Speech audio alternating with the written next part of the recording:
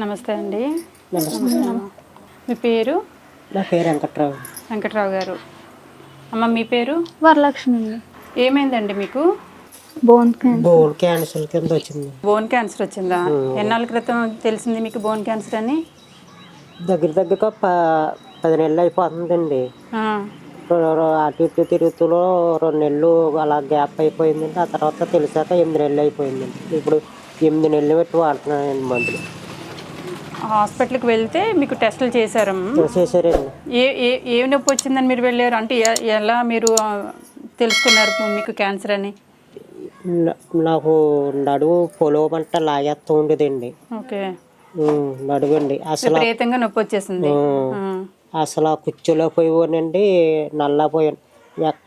ఆ గడప నుంచి యువతలకు దాటలాగా పడిపోయానండి. ఓ, ఇలాగ బల్ల మీద పడుకోబెట్టారండి. ఇలా నన్ను చేతుల మీదే తీసుకెళ్ళారండి హాస్పిటల్కి. తీసుకెళ్ళినప్పుడల్లా నన్ను ట్యాక్సీ మీద తీసుకెళ్తానండి మందులకి. మళ్ళీ 16వ తారీఖు మళ్ళీ తీసుకెళ్ళాలని ఇలాగ తీసుకెళ్తుంటే మేడం గారు టెస్టులు చేస్తే మీకు క్యాన్సర్ అని తేలిందండి. 8 నెలల నుంచి మీరు అలాగే ఉన్నారు. మీరు ఏం పని చేస్తారు? వ్యవసాయం పని చేస్తానండి. ఎన్ని ఎకరాల భూమి ఉంది? సొంత గట్ట ఏమీ లేదండి. కౌలుకి ఇచ్చుకుంటే గట్ట చేసుకుంటామండి. వేరే వాళ్ళది కౌలుకి తీసుకుని చేస్తున్నారు. బాబుకు కాలు చెయ్య అవకండి. ఎవరు ఈ బాబుకా? ఈ కాలును ఈ చెయ్యండి కాలునండి. బ్రెయిన్ లో బ్లడ్ ఫ్లాట్ అయింది అన్నారండి. సులువుగా వచ్చిందండి పురుడు. అప్పుడు లాగుతాం వలన బ్లడ్ ఫ్లాట్ అయింది అని అన్నారండి. ఎలా వచ్చిందమ్మా పురుడు? సులువుగా నార్మల్ డెలివరీ అనండి. నార్మల్ డెలివరీ అయితే అప్పుడు కొంచెం ఇబ్బంది అయిందండి నాకు ఫస్ట్ సారి. ఇబ్బంది అవుతుంటే ఏట్ల వల్ల లాగుతుంటే బ్లడ్ ఫ్లాట్ అయింది అన్నారండి. నడకొచ్చేదాకా కూడా మేము చూసుకోలేదండి. నడకొచ్చిన తర్వాత ఈ చెయ్యి ఇలాగే పెడతాడండి. కాలు ఏది తగిలినా పడిపోతాడండి. అవుగ్గా నడతాడండి. బెల్ట్ చెప్పులు వేసుకుని నడిచేవాడండి. మామూలు చెప్పులు వేసుకోలేడండి. ఆ చేతితో బాగానే వస్తుందా? మాట బాగానే వస్తుందండి. నీ పేరేంటి? ఆ చెయ్యి గౌతమా? ఓకే. ఆవిడెవరు?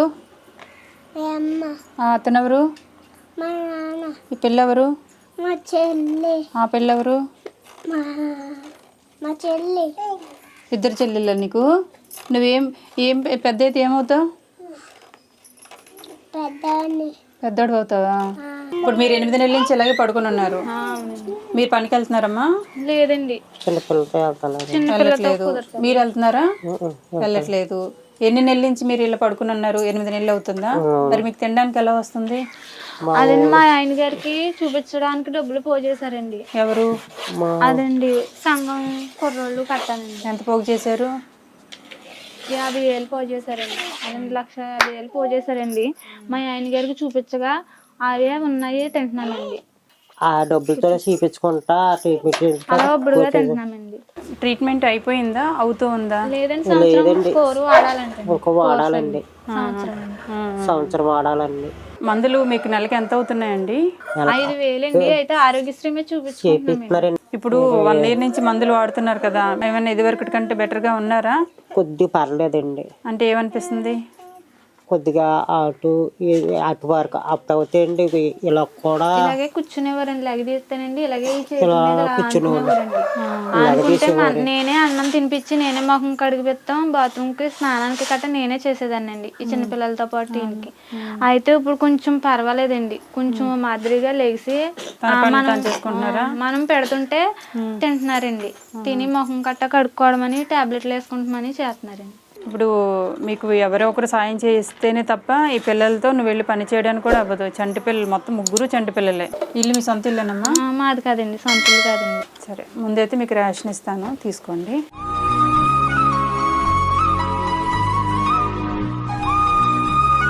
అమ్మా ఇగో ఇవి 26 kgs బియ్యం. ఈ బిస్కెట్లు పిల్లలు బయటకు వెళ్ళారు కదా, వాళ్ళకి ఇచ్చేయండి. అందులో అంతా రేషన్ అదంతా ఉంటుందమ్మా. ఓకేనా? పప్పులు ఉప్పులు అన్నీ ఉంటాయి. అన్నీ ఉన్నాయి చూస్తున్నాను. ఓకే, అన్నీ ఉన్నాయమ్మా. ఇది నిత్యావసర సరుకులు, తినండి. ఇదిగమ్మా మీకు చీర.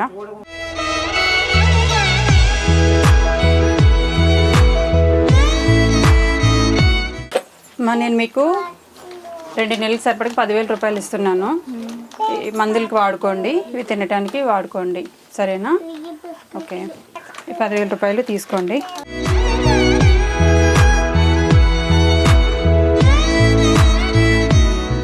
అమ్మ నేను వెళ్ళొస్తాను తల్లి, వెళ్ళొస్తానండి. మీరైతే వైద్యం చేయించుకోండి, తొందరగా కోలుకోండి. ఈ ఫ్యామిలీకి, మీ తల్లిదండ్రులకి, ఈ చిన్నపిల్లలకి మీరు చాలా అవసరం.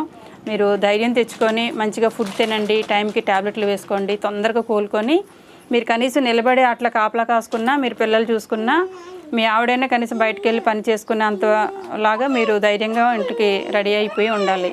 సరేనా? మీరు తొందరగా ఆరోగ్యం కోరుకోవాలని నేను కోరుకుంటున్నాను. మీరు అదే కోరుకోండి. నేను వెళ్ళొస్తాను. Thank you. బాయ్ నాన్న.